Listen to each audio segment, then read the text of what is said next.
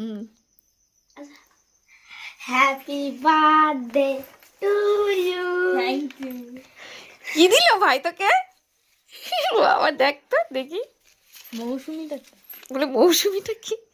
কি রে? ডাইসি। ভালো লাগছে না। বাবা কি সুন্দর কানে। দেখো আমরা বিছানা করবো বলে রেডি হচ্ছিলাম, আর এখন হচ্ছে ভাই মানে সব থেকে স্পেশাল গিফট ও একা একা গিয়ে দোকান থেকে পছন্দ করে কিনে নিয়ে এসছে। মানে এটার কোনো বিকল্প হয় না। খুব সুন্দর। ভাইকে একটা হামি দিয়ে দে, তোকে এত সুন্দর গিফট দিল। আর একটা হচ্ছে চকলেটের একটা সেলিব্রেশন দিয়েছে। উলি বাবালে,